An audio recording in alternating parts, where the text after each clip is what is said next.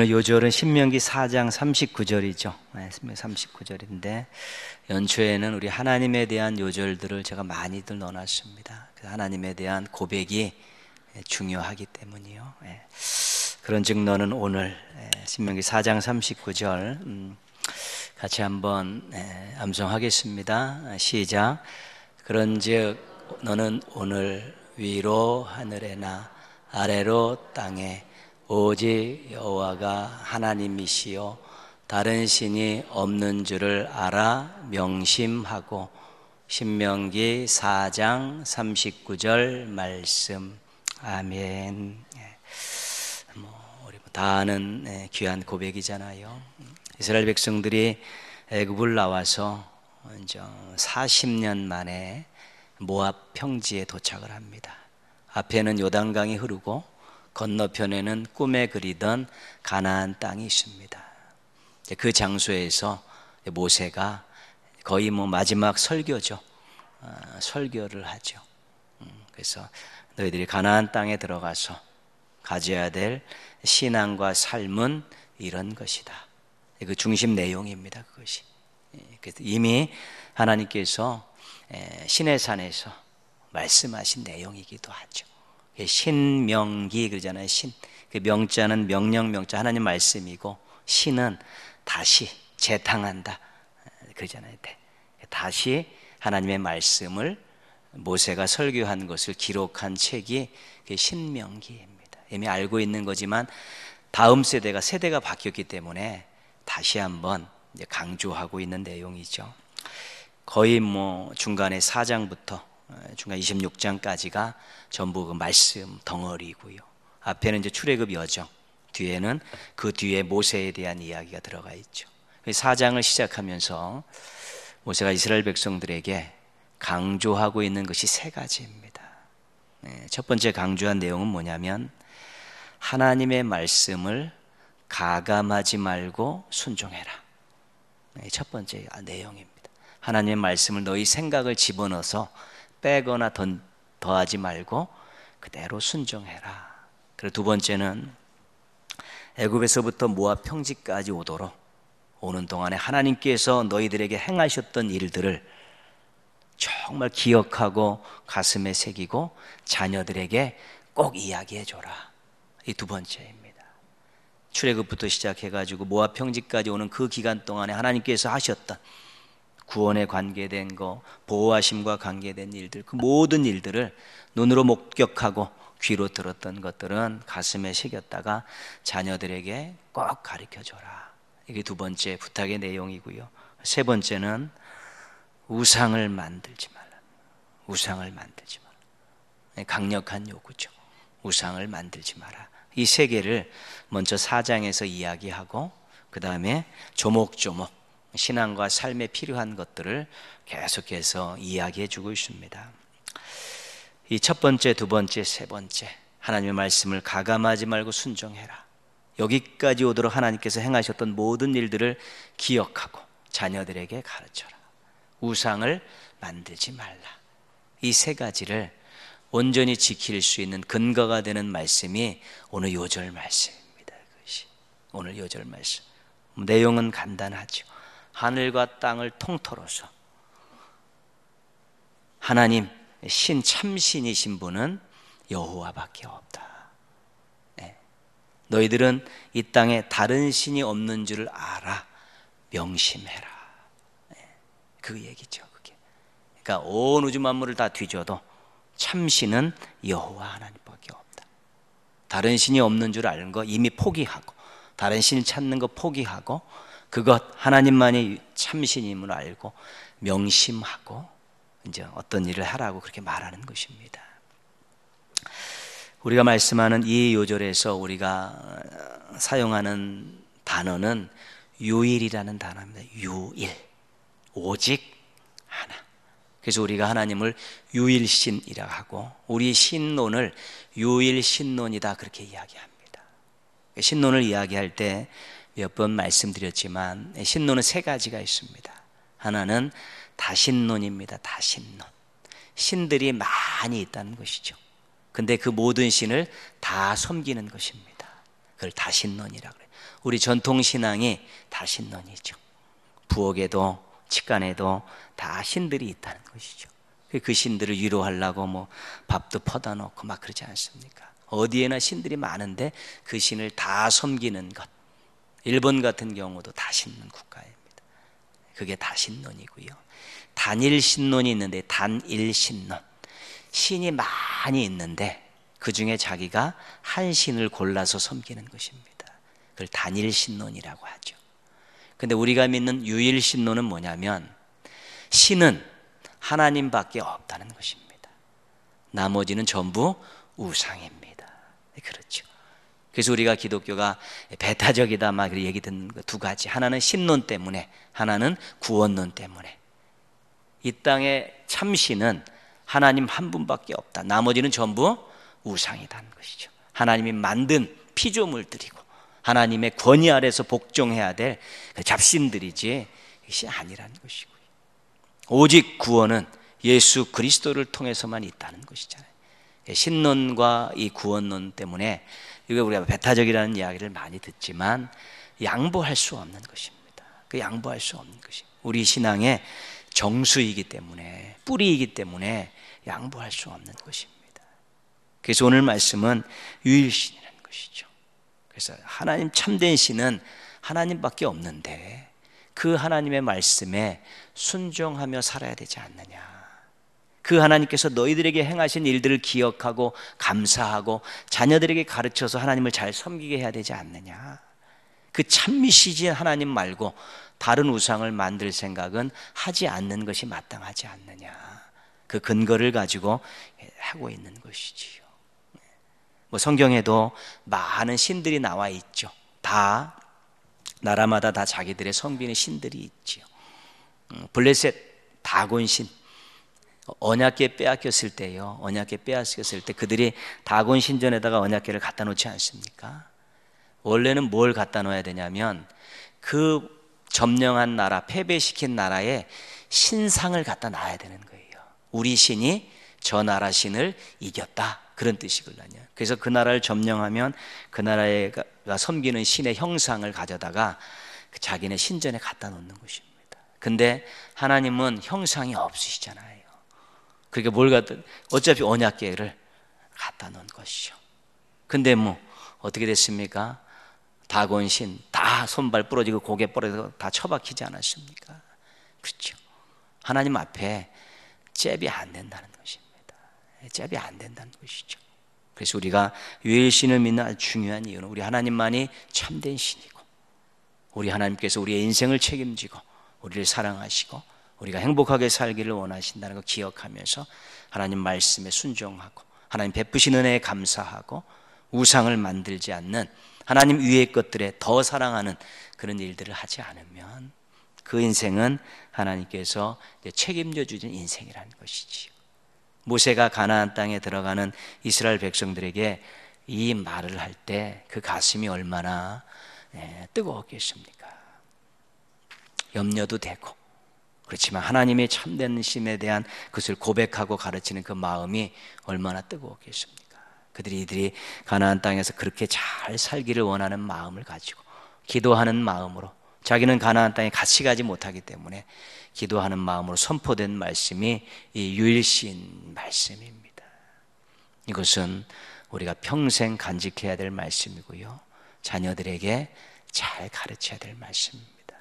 이 시대가 물질을 사랑하게 하고요, 또 쾌락을 쫓게 만들고요, 많은 잡것들이, 이단들과 우상들이 끊임없이 공격하는 세대 가운데서 오직 하나님만 섬길 분은 하나님밖에 없다라는 이 강력한 고백을 가지고 살 때 승리할 수 있는 것이고요, 이런 신실한 고백을 가지고 살 때 그들이 버텨낼 수 있는 것입니다.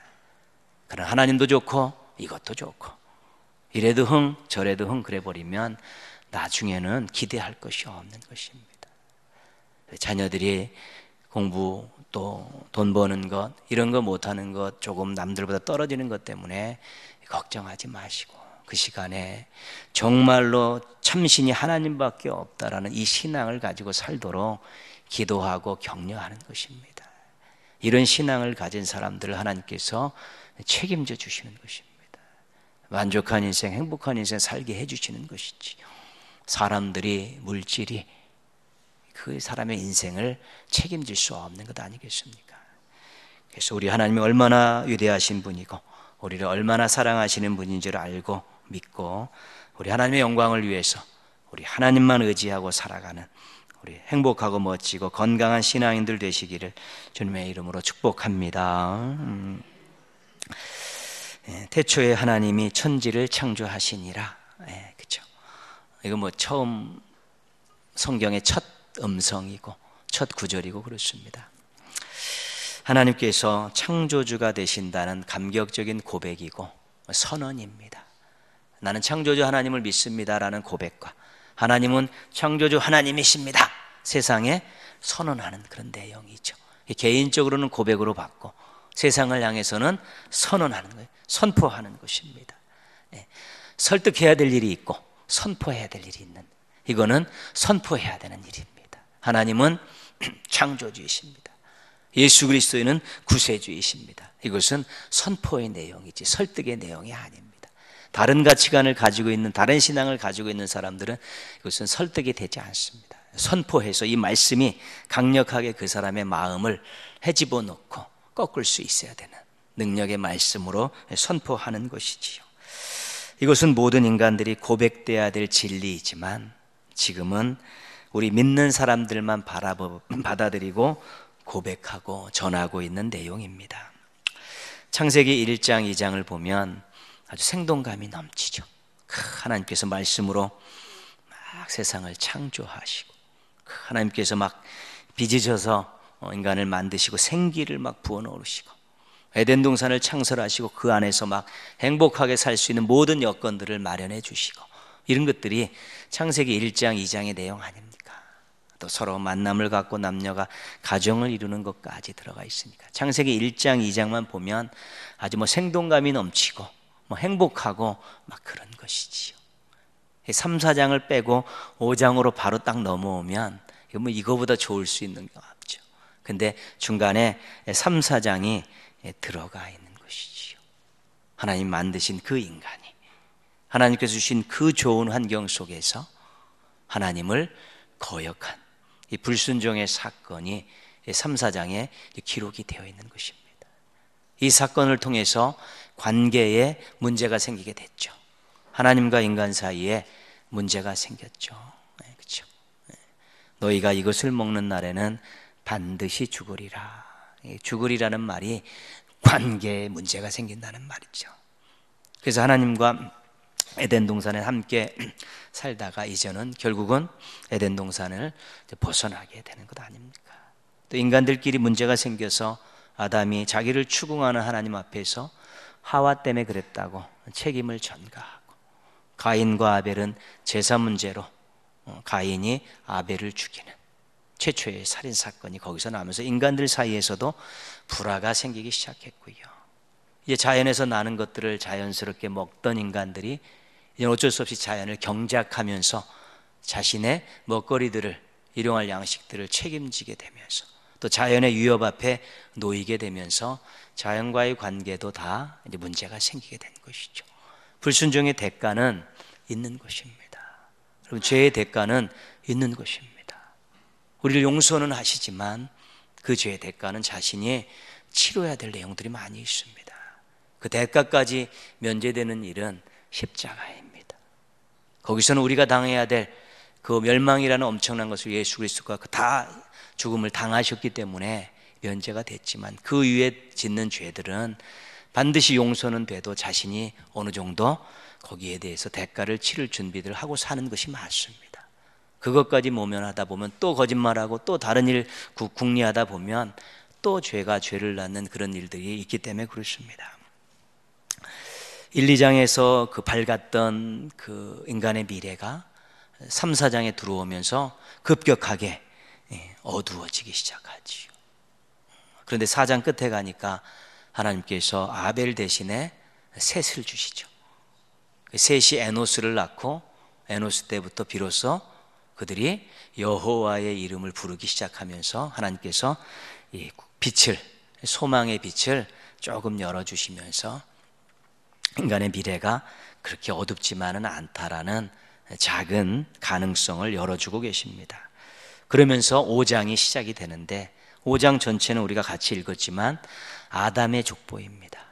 아담의 족보죠. 그러면 아담의 족보를 말하기 전에 1절, 2절 말씀 보시면요.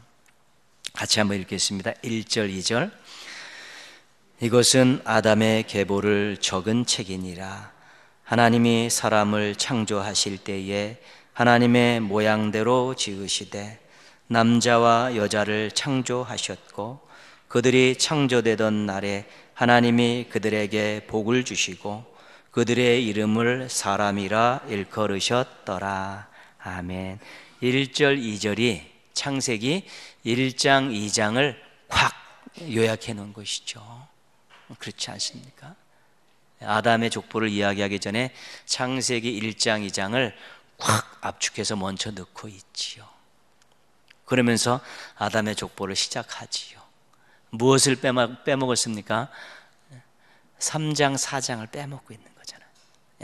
일단은 소망을 주기 위해서, 희망의 빛을 주기 위해서 3, 4장이 있지만 아담의 족보를 말하면서 1, 2장을 말씀해놓고 아담의 족보를 쭉 이렇게 연결해서 어디까지 가냐면 노아까지 가는 것입니다. 노아까지요. 하나님과의 관계가 창조 때부터 시작된 것이라는 것을 말씀하는 것입니다. 어떤 단어로 알 수 있습니까? 하나님의 모양대로, 형상대로 지으시고 남자와 여자를 창조하셨고, 하나님과의 관계가 언제 시작됐다는 거예요? 만들 때부터 시작됐다는 겁니다. 그리고 하나님께서 복을 주셨다는 것이죠. 그 인간, 만드신 인간은 하나님께서 잘 되기를 원하는 마음 가지고 계셨다.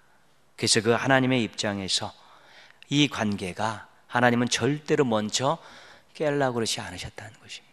하나님 이 관계를 통해서, 아담을 통해서 계속해서 아름다운 인류의 역사를 이루어 가시려고 했는데 3장 4장에서 문제가 생긴 것인데 아담의 족보에서는 그것을 잠깐 이렇게 제쳐놓고 일단은 소망을 가지고 아담의 족보를 기술하고 있는 것입니다. 아담의 족보를 소개하고 있는데 아담부터 노아까지 총 몇 명일까? 동글뱅이 한번 쳐볼까요? 3절에 아담, 그죠? 아담 나오죠. 아담. 그죠? 6절에 셋, 셋. 9절에 누굽니까? 9절에 에노스. 12절에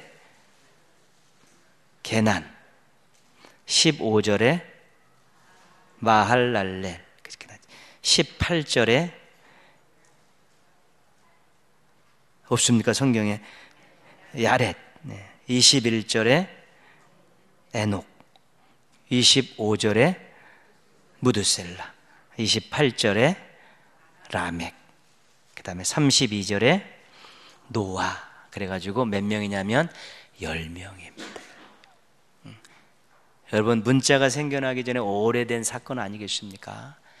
이게 정확한 기술은 안 되는 것입니다. 그래서 중요한 건 뭐냐면 10명이라는 거예요. 10명. 하나님께서 이끄신 완전한 족보라는 그런 뜻입니다. 10명을 기술한 이유는 다 일일이 세밀하게 다 기록할 수 없지만 하나님께서 이끄신 그런 중요한 족보라, 하나님께서 이끌어 오신 완전한 족보다, 그런 의미로 10명을 거기다가 기록하고 있는 것입니다. 대가 잘 이어지는 것이 기쁨이고 소망입니다. 그리고 대가 잘 이어지는 것이 기쁨이고 소망이죠. 계속해서 자녀들을 낳고 대가 이어지니까요. 하나님에 의해서 아담의 대가 잘 이어져서 노아까지 왔다는 것입니다. 특히 우리 사회 같은 경우에서는 대가 끊어지는 것이 엄청난 것 아니겠습니까? 그래서 여러 가지 부작용들, 이상한 제도들이 많이 나오지 않았습니까?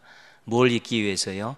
대를 잇기 위해서 그런 거 아니겠습니까? 그 대가 이어진다는 것은 동양 사상에서는 굉장히 중요한 일이고 기쁜 일이고 또 소망 있는 일이고 그렇습니다. 그래서 잘 이제는 대가 이어진다는 것을 10명을 그 이름을 언급하면서 하나님께서 주도하고 계신 계보라는 것을 지금 말씀해 주고 있는 것이지요. 근데 그 10명을 전부 설명하는데 동일한 구조로 설명을 하고 있습니다. 여러분, 우리가 읽으면서 계속 반복되는 이야기 보시지 않았습니까? 누구는 몇 세에 누구를 낳고 몇 년을 살면서 자녀를 낳았고 몇 세에 죽었더라. 이것이 똑같은 형식으로 이렇게 되고 있죠. 모든 사람을 다 동일하게 설명하죠. 몇 세에 그 대를 이어갈 그 후손을 낳고 그 후손을 낳은 후 몇 년을 살면서 자녀를 낳았다가 몇 세에 죽었더라. 그렇게 모든 사람들을 다 설명하고 있고, 태어나고 자녀를 낳고 죽고, 이게 인간들의 인생을 설명하는 거 아니겠습니까? 자기가 태어나서 후손을 낳고 또 자기는 죽고, 낳고 죽고가 인생을 설명하는 아주 중요한 단어들입니다.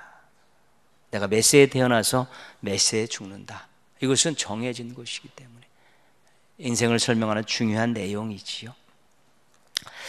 그래서 그것을 가지고 인생들을 설명하고 있습니다. 그런데 지금 설명할 수 없는 부분은 생존 기간이 지금하고는 너무 차이가 난다는 것이죠. 근데 왜 그때는 생존 기간이 그렇게 길었는가? 무드셀라는 969세를 살았죠. 지금은 우리가 100년 안팎 살고 있는데 그 당시 왜 인생들의 그 생명이 길었는가? 그럼 성경에는 설명이 없습니다. 옛날의 환경은 인간들이 그렇게 오래 살 수 있는 환경이었다, 뭐 그렇게 설명하기도 하지만 확실하지는 않습니다. 어쨌든 그 당시에는 성경에서 인생들의 생명이 수한이 지금보다 훨씬 길었다는 것을 소개하고 있습니다.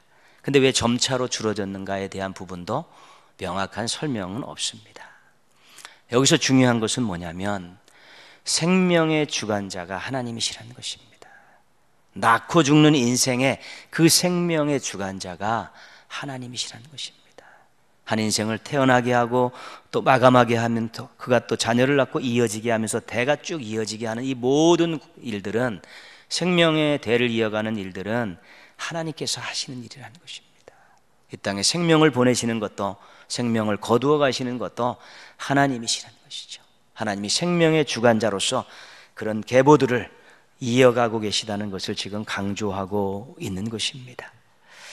이 하나님의 생명에 귀하게 여기시기 때문에, 당신이 주인이시고 귀하게 여기시기 때문에 이 생명과 관계된 일들을 하나님께서 아주 귀하게 다루시고 또 주관하고 가고 계신 것이지요. 그러나 어찌됐든 창세기 5장에 나오는 인생이던 지금을 살고 있는 우리들도 낳고 죽는 것에는 변함이 없습니다.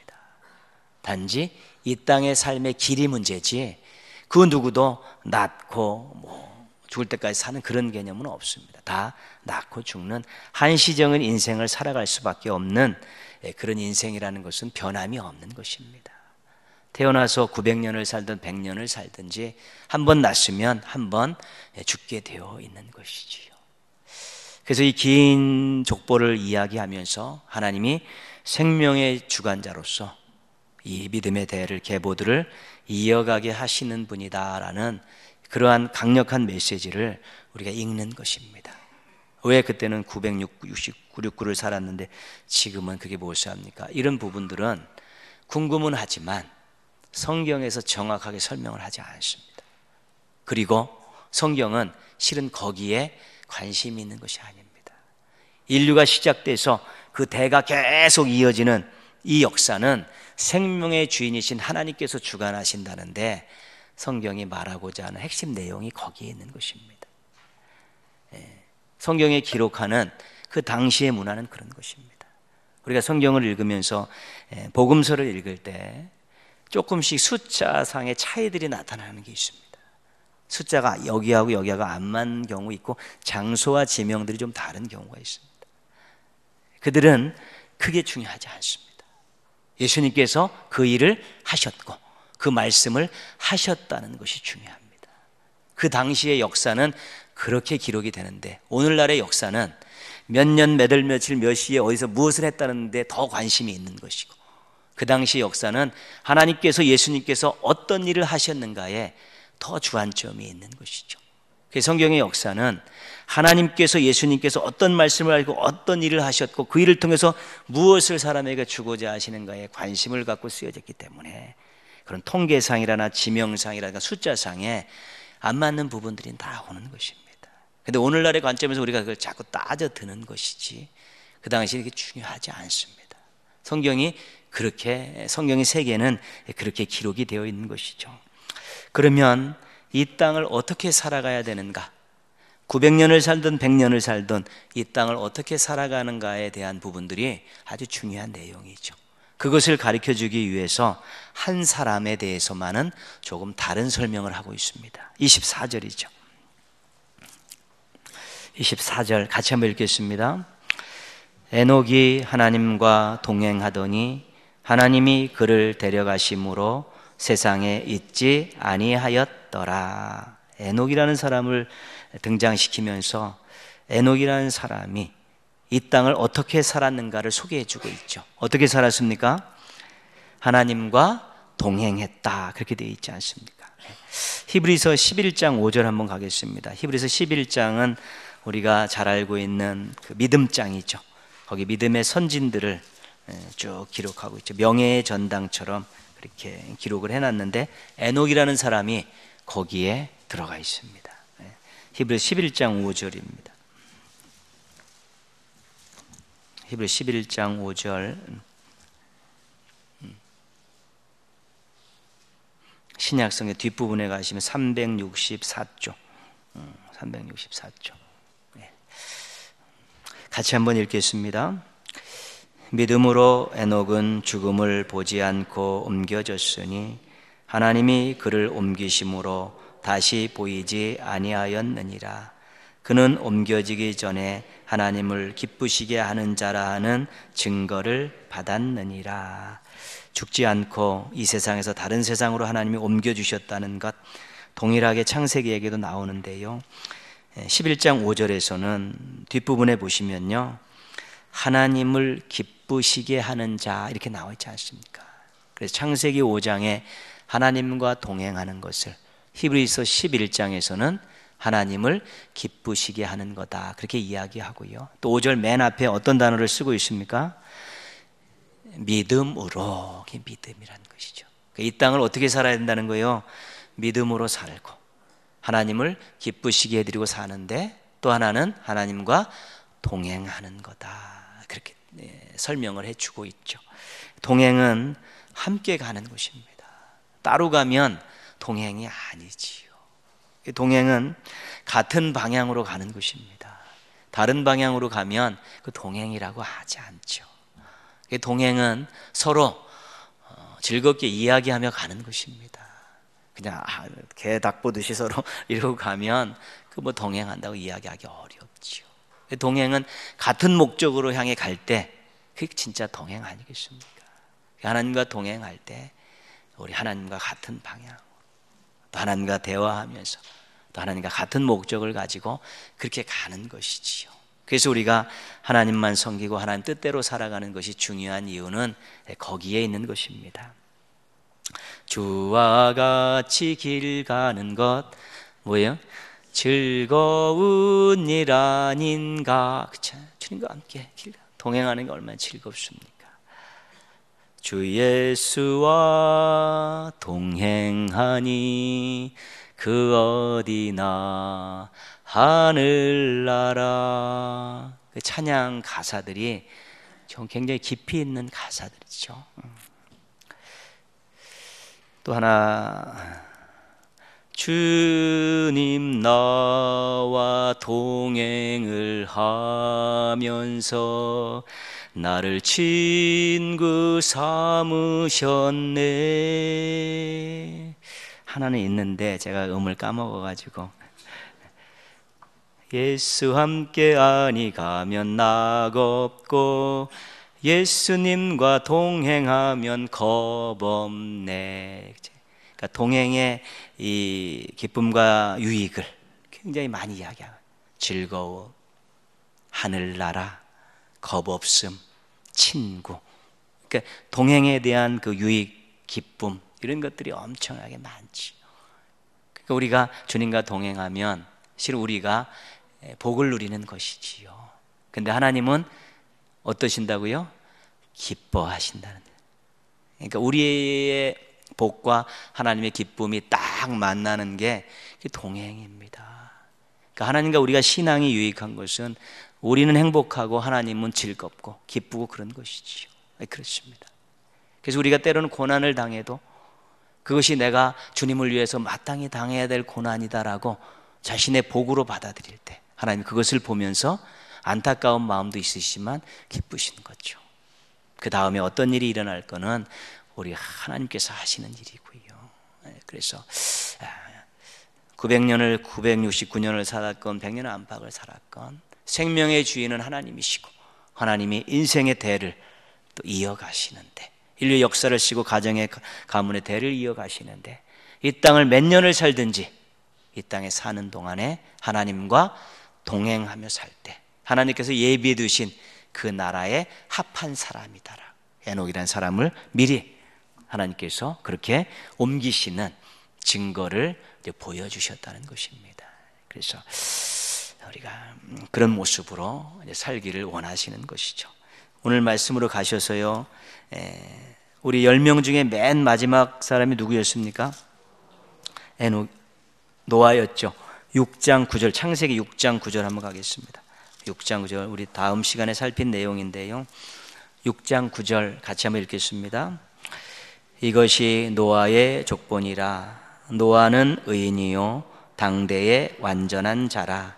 그는 하나님과 동행하였으며. 에녹이 하나님과 동행했는데 그 마지막 족보의 사람인 누구요? 노아가 하나님과 동행했다. 그래서 그 명맥이 지금 유지돼 가는 것들을 보죠. 물론 가다 보면 또 엄청나게 막 험한 일들이 일어나고 어두운 일들이 일어나지만 그래도 하나님께서 그 생명을 주관하시는 하나님께서 중간중간마다 징검다리가 될 만한 사람들을 심으시면서 대를 이어가고 믿음의 계보를 이어가고 또 하나님께서 하시는 일들이 계속해서 되어질 수 있는 준비들을 해나가시는 것을 우리에게 보게 되는 것입니다.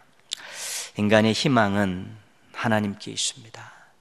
또 생명의 주인이신 하나님께서 우리의 인생과 우리의 가정과 우리의 가문도 주관하시는 것입니다. 육체에 또한 혈액 관계된 그런 대가 이어지는 것 중요한 일인데요. 정말 믿음의 대가 이어지도록 그렇게 가문을 하나님께 맡기고 잘하고 하나님 우리 가문 가운데에서 하나님과 동행하지 않는 사람이 한 명도 없게 해달라고 우리 교회 믿음의 성도들이 함께 하나님과 동행하는 그 길에서 즐겁게 신앙생활하고 협력하며 신앙생활하는 멋진 믿음의 가족들이 되게 해달라고 기도하면서 하나님과 동행하지 않는 주변에 있는 많은 사람들을 바라보면서 저 영혼을 불쌍히 여겨주셔서 우리와 함께 하나님과 동행하는 길에 들어올 수 있는 길을 마련해 달라고 또 기도하고 노력하면서 그렇게 살아가는 것이 이 땅을 살아가는 인생들에 있어서 가장 아름답고 또 행복한 모습이라는 것을 오늘 우리에게 가르쳐 주고 있는 것입니다. 하나님과 동행하는 사람이 죄와의 싸움에서도 승리할 수 있고요. 하나님과 동행하는 사람이 개인적인 욕심을 부려가면서 다른 사람을 해하는 일을 하지 않는 것입니다. 혼자 살다 보니까 혼자 자기 인생 경영하다 보니까 무언가 없으니까 허전한 것이죠. 무언가 채우지 않으면 허전하니까 박박 긁어 모으는 그런 일들을 하는 것이지만 우리가 하나님과 동행하게 될 때 만족감이 있고 소망이 있기 때문에 우리가 죄와의 싸움에서도 자기 욕망과의 싸움에서도 넉넉히 이기는 멋진 인생들이 되어질 수 있는 것입니다.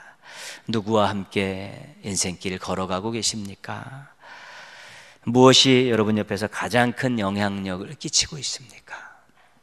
잘 한번 점검하셔서 우리 하나님과 동행함으로 하나님을 기쁘시게 하고 또 살수록 좋아지는 인생 살아가는 우리 신앙인들 되시기를 주님의 이름으로 축원합니다.